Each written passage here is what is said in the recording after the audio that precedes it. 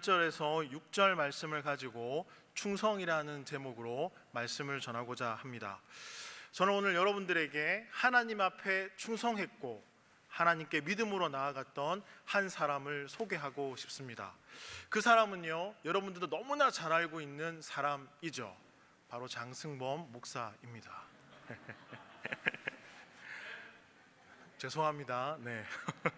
오늘 본문에 나와 있는 요셉입니다. 그래서 창세기 39장을 요약하면요, 충성하는 요셉, 믿음직한 요셉이 됩니다. 창세기 39장은 우리에게 말씀해 주고 있는 포인트가 있습니다. 그것이 무엇인가 하면 한 사람의 인생을 어떤 상황이나 사람이 좌지우지하는 것이 아니라 하나님께서 그 인생을 이끌어 가신다라는 사실입니다. 요셉은요, 그의 삶이 형들의 손에 있었습니다. 형들의 그 손에서 이스마엘 상인의 손으로 넘겨집니다.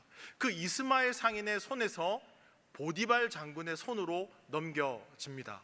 언뜻 보면 모든 것이 그 사람의 손에 있는 것 같지만 창세기 39장은 2절과 3절과 23절에서 여호와께서 모세와 함께 하시더라 라는 말씀을 계속해서 하고 있습니다.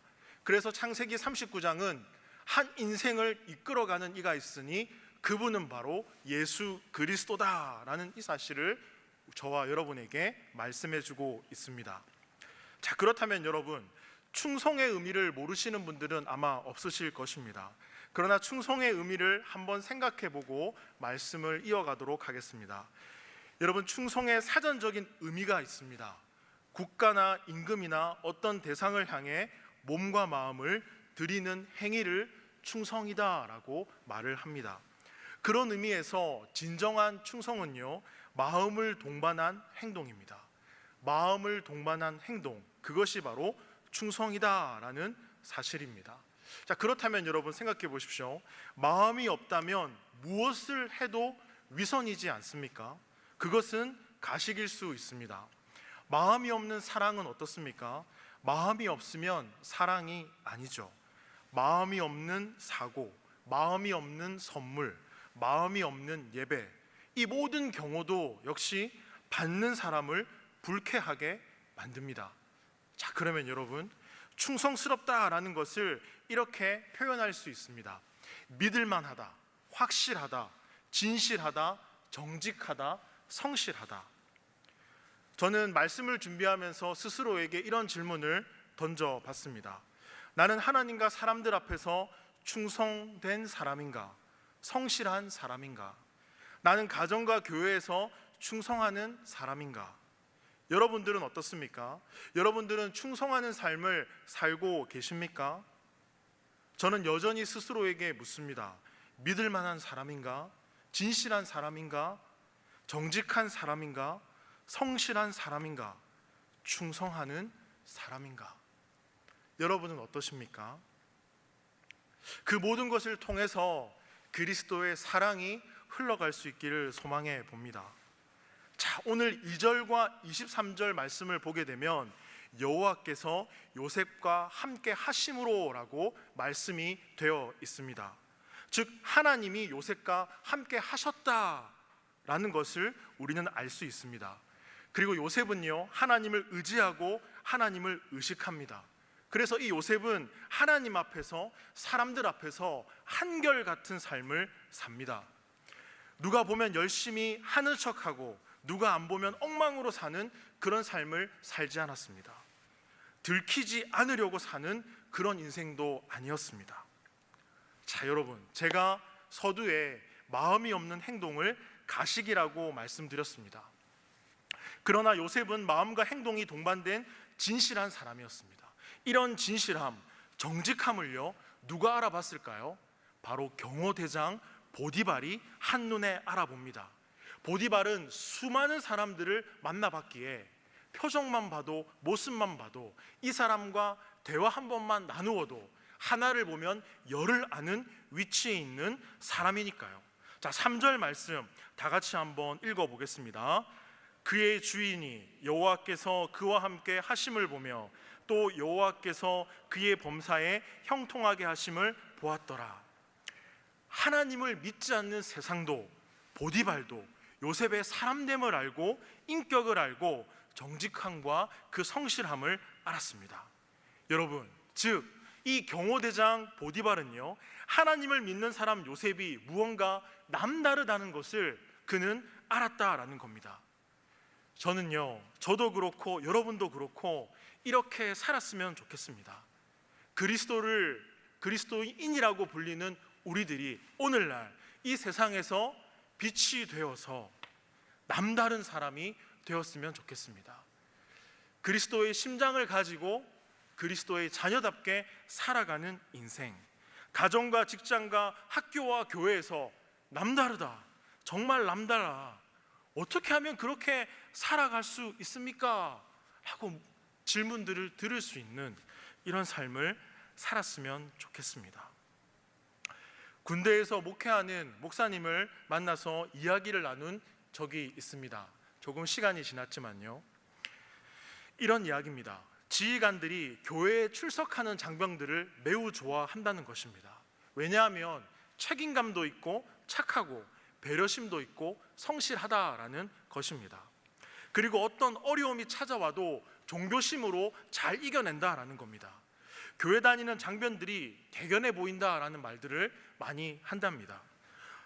그래서 그런지 지휘관들 중에 믿지 않는 지휘관들조차 신입 장병들이 부대에 배치가 되면 종교 행사에 참석해봐, 종교심을 좀 가져봐, 가서 마음도 좀 다스리고 종교심도 가지고, 그래서 군생활을 잘 이겨내고 그런 의미로 교회에 보낸다는 것이었습니다. 얼마나 귀한 일입니까? 그런 면에서 혹자는요, 군대를 황금어장이다 라고 말합니다. 전도와 선교의 황금어장, 그것이 군대라는 것이죠. 저 역시 군대에서 군종으로 복무를 할 때 후임들이 고참에게 실수를 하잖아요. 그러면 갈구지 않고요, 제가 좀 갈구는 이미지는 아니잖아요. 좀 착한 이미지로 보이죠. 갈구지 않고 이런 말을 했습니다. 여기 십자가를 달고 있으니까요, 어떤 실수를 하면 괜찮아, 교회 한번 와서 예배하면 돼, 괜찮아, 교회 한번 와서 기도하면 돼, 이렇게 말하니까 제 앞에서 실수를 하지 않으려는 후임들을 많이 봤습니다. 장승만 병자님은 무조건 교회 오래, 그게 더 무서워, 막 그렇게 얘기를 하더라고요. 그래도 그렇게 말하죠. 다른 종교는 가면 잠을 잘 수 없어, 왜 일으켜 세우거든. 근데 우리는 오면 잠을 잘 수 있어. 얼마나 좋냐, 일단 와서 예배하자 라고 얘기했던 그때가 있었습니다.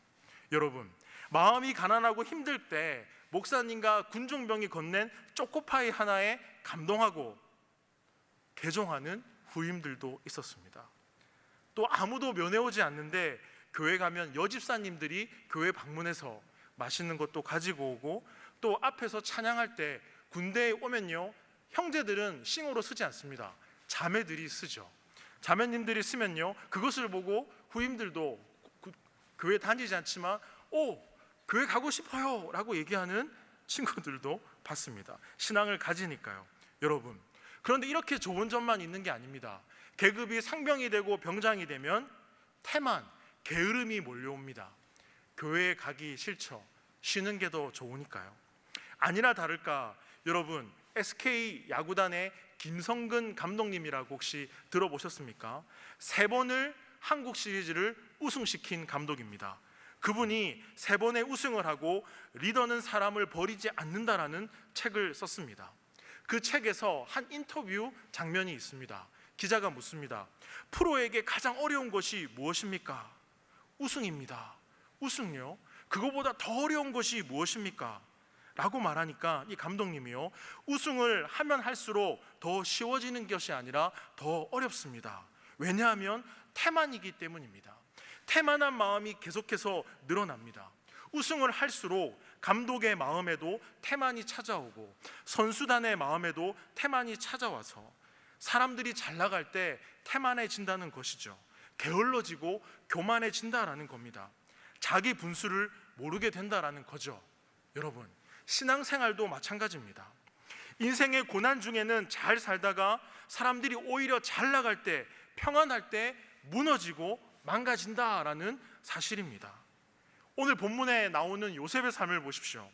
애굽의 종으로 팔려갔던 요셉을 좀 과장되게 말씀드리면 경호실장 보디발의 집에서 실세가 됩니다. 2인자가 됩니다. 요셉은 경호실장의 집에서 많은 종들을 거느리게 됩니다. 자, 4절 말씀을 한번 읽어보겠습니다.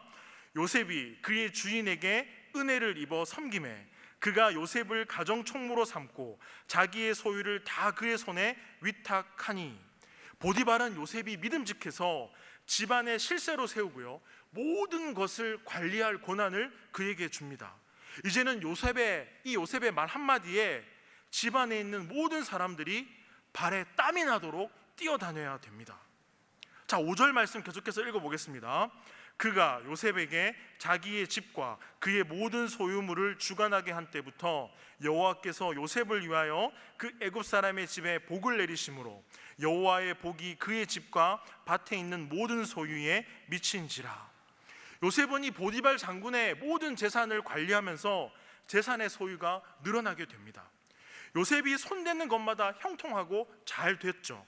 그러다 보니 이 보디발은요, 요셉을 무한 신뢰합니다. 6절에 보시면 요셉이 얼마나 정직했는지 알 수 있습니다. 같이 읽어보겠습니다. 주인이 그의 소유를 다 요셉의 손에 위탁하고 자기가 먹는 음식 외에는 간섭하지 아니하였더라. 요셉은 용모가 빼어나고 아름다웠더라. 와, 요셉이 얼마나 성실했는지 모든 일을 맡기고 간섭하지 않습니다. 신경을 아예 쓰지 않죠. 요셉, 네가 알아서 다 해. 네가 얼마나 충성스럽고 정직하고 성실한지 내가 안다라는 것입니다. 그러니 내 모든 것을 너에게 맡기겠다라고 하죠. 요셉이 하는 일마다 흠잡을 데가 없었다라는 겁니다. 여러분, 흠잡을 데가 없는 인물이 성경에 또 등장합니다. 이 인물의 이름을 아십니까? 다니엘입니다. 80이 넘는 나이에도 불구하고 전에 하던 대로 창문을 열고 하나님 앞에 말씀을 읽고 기도했던 다니엘, 하나님 앞에 변함없는 모습으로 살았던 이 다니엘도요, 항상 하나님 앞에 정직했고 성실하고 충성을 다하는 사람이었습니다. 여러분, 무언가 잘 될 때, 형통할 때 자신 스스로의 이 마음을 지킨다는 것은 굉장히 어렵습니다. 그런데 말씀해 보면 요셉과 다니엘은요, 그런 측면에서 자기의 이 마음을 잘 지키는 사람이었습니다. 게다가 요셉은요, 얼굴도 잘생겼어요. 와, 이러면 형제님들 화가 나지 않습니까? 저는 이 본문을 읽을 때마다 화가 납니다.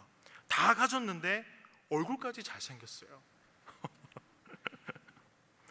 요셉은 성실하고 정직하고 믿음직스럽고 충성되고 얼굴까지 잘생기고 말벗은 일도 잘하고 엄청난 성과를 이룹니다.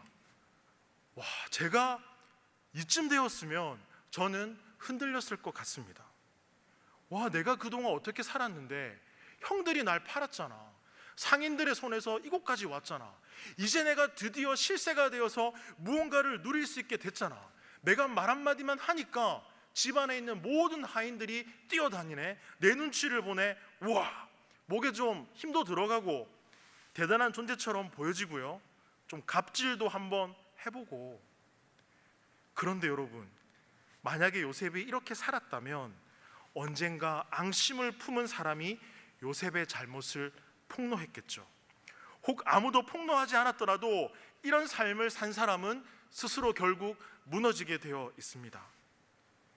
요셉은 자기가 능력이 있고 잘했기 때문에 성공했다라고 생각하지 않았습니다. 요셉은요, 이렇게 고백합니다. 하나님이 함께 하심으로 여기까지 왔습니다. 여러분, 5절 말씀 같이 한번 읽어보겠습니다. 그가 요셉에게 자기의 집과 그의 모든 소유물을 주관하게 한 때부터 여호와께서 요셉을 그 애굽 사람의 집에 복을 내리심으로 여호와의 복이 그의 집과 밭에 있는 모든 소유에 미친지라. 이 말씀은 요셉과 신앙과 내면, 요셉의 영적인 상태를 아주 잘 보여주는 말씀입니다. 요셉을 위하여 복을 내리심으로, 이 말씀이 보이십니까? 무슨 말입니까? 모든 성공과 형통이 자신의 손에 있지 않는다라는 것입니다. 하나님의 손, 모든 것을 하나님이 하셨습니다. 하나님의 손이 함께 했기에 가능한 일입니다. 이런 의미입니다. 여러분, 우리의 인생을 어떤 사람의 손, 환경, 상황이 주관하는 것처럼 보이지만 우리를 진정 이끄시는 분은요, 하나님이십니다. 믿으십니까? 사도행전 11장 21절 말씀입니다. 주의 손이 그들과 함께 하심에 수많은 사람들이 믿고 주께 돌아오더라. 아멘. 초대교회 시절 스데반 집사님이 순교를 당하게 됩니다. 그리고 스데반 집사님의 순교 이후에 극심한 핍박이 시작되기 시작합니다. 그럼에도 불구하고 사도들과 많은 제자들은요, 복음을 전하는 것을 멈추지 않았습니다. 그때마다 성경은 그것을 이렇게 표현합니다. 위기 때마다 주의 손이 함께 하셨습니다. 위기 때마다 주의 손이 붙들어 주셨습니다. 그리고 사도들과 제자들은 복음을 전합니다. 여러분, 우리들이 복음을 전하지만 주의 손이 함께 하심으로 허다한 사람들이 주께로 돌아오더라, 이렇게 고백합니다. 초대교회 시절 아무개 목사가 설교를 잘해서, 능력이 탁월하고 전도를 잘해서 부흥을 했다라고 이야기하지 않습니다. 오로지 따라해 보겠습니다. 주의 손, 이 주의 손이 함께 하시니 복음이 확산되고 흘러갔다라는 사실입니다. 여러분, 초대교회 시절 많은 성도님들은요, 이러한 사실을 잘 알고 있었기 때문에 아무개 누구, 아무개 성도, 아무개 사도, 그분들 때문에 교회가 부흥한 것이 아닙니다. 오로지 주의 손이 함께 했습니다 라고 고백하는 거죠. 오늘 본문에 보시면요, 요셉은 눈에 보이는 보디발에게 충성을 다합니다. 충성이 뭐죠? 몸과 마음을 드리는 행위입니다.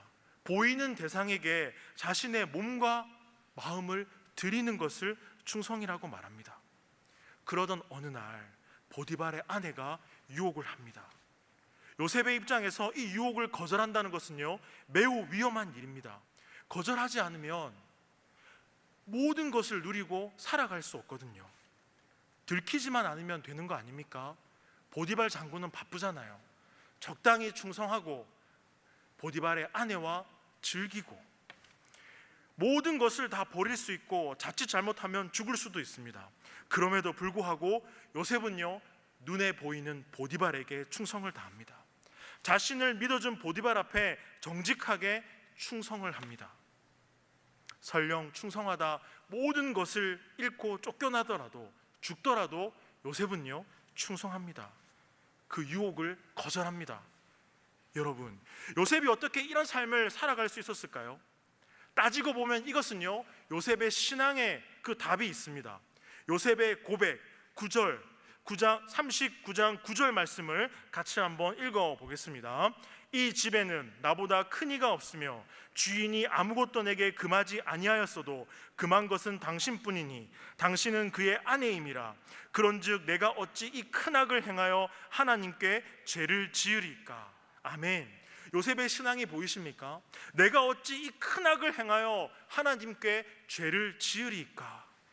요셉은요, 하나님 앞에 코람데오의 신앙이 있었습니다. 나는 하나님 앞에 서 있는 사람입니다. 아무도 보지 않는 것 같지만 하나님이 보고 계십니다.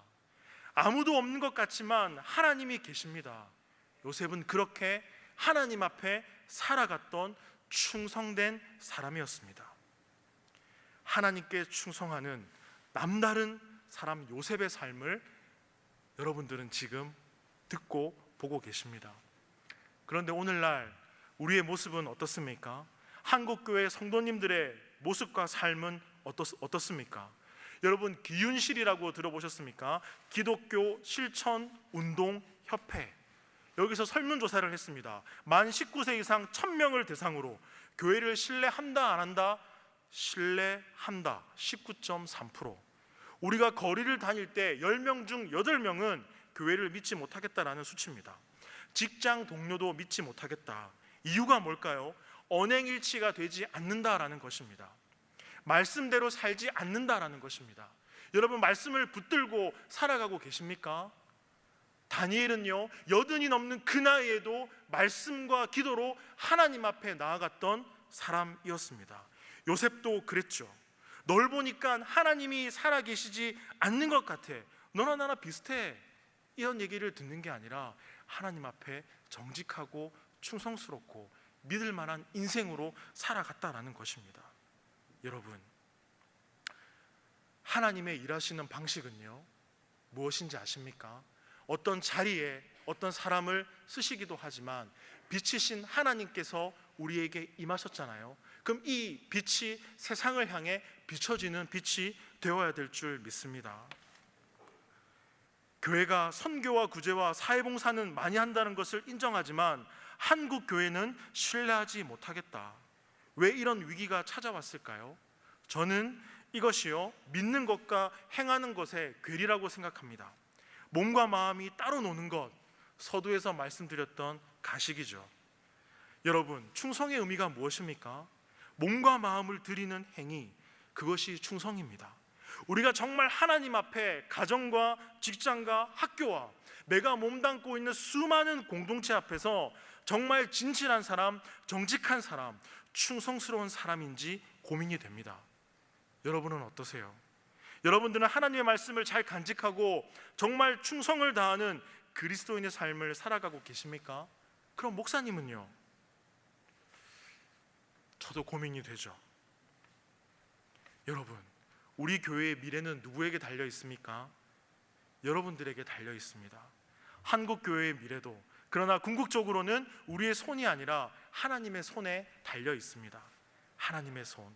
그래서 다음 세대, 우리 자녀들이 하나님의 손에 붙들려 하나님을 의지하는 삶을 살아갈 수 있기를 여러분 기도해 주시기를 부탁드립니다. 우리의 자녀들이 하나님의 말씀을 붙들고 아니요, 하나님이 부르는 그날까지 이 말씀을 놓지 않고 살아가는 삶을 살아갈 수 있도록 우리가 그리스도인 다움을 잃어버리지 않아야 될 줄 믿습니다. 여러분, 우리의 인생을 누군가가 좌지우지하는 것 같지만 그것은 사람이 아니라 상황이 아니라 환경이 아니라 바로 하나님의 손입니다. 하나님의 손을 의지하며 사명을 감당하는 저와 여러분의 삶이 되기를 소망합니다. 그래서 믿음이 날마다 자라시기를 소망합니다. 성장하시기를 소망합니다. 하나님은 우리에게요, 믿음이 잘 자랄 수 있도록 아이디와 패스워드를 주셨습니다. 여러분, 아이디 예수 그리스도, 패스워드 믿음, 접속하시면요, 우리는 이 믿음의 길을 잘 걸어갈 수 있습니다. 언제나 함께 하신다는 그 주님 앞에 사명 따라, 믿음 따라 잘 걸어가시는 저와 여러분의 삶이 되길 소망합니다. 이 말씀 기억하시면서요, 우리 기도했으면 좋겠습니다. 하나님 감사합니다. 하나님, 우리를 불러주시고 하나님의 자녀로 불러주시며 이 믿음의 길을 잘 걸어갈 수 있도록 인도해 주시니 감사합니다. 하나님께 우리의 모든 것을 드리며 살아갈 수 있는 우리의 삶이 되기를 소망합니다. 하나님께 충성하듯 우리 형제 자매들을 돌아볼 수 있는 우리의 삶이 될 수 있도록 인도하여 주시고 이 믿음의 길을 말씀을 붙들고 올곧게 잘 걸어갈 수 있는 우리의 삶이 되도록 인도하여 주옵소서. 그리하여서 나는 정말 하나님께 충성하는 삶을 살아가고 있는가, 진실하고 정직하고 올곧은 삶을 살아가고 있는가를 끊임없이 물으며 살아갈 수 있는 우리의 삶이 되도록 인도하여 주옵소서. 주님 감사하며 사랑합니다. 예수님의 이름으로 기도합니다. 아멘. 말씀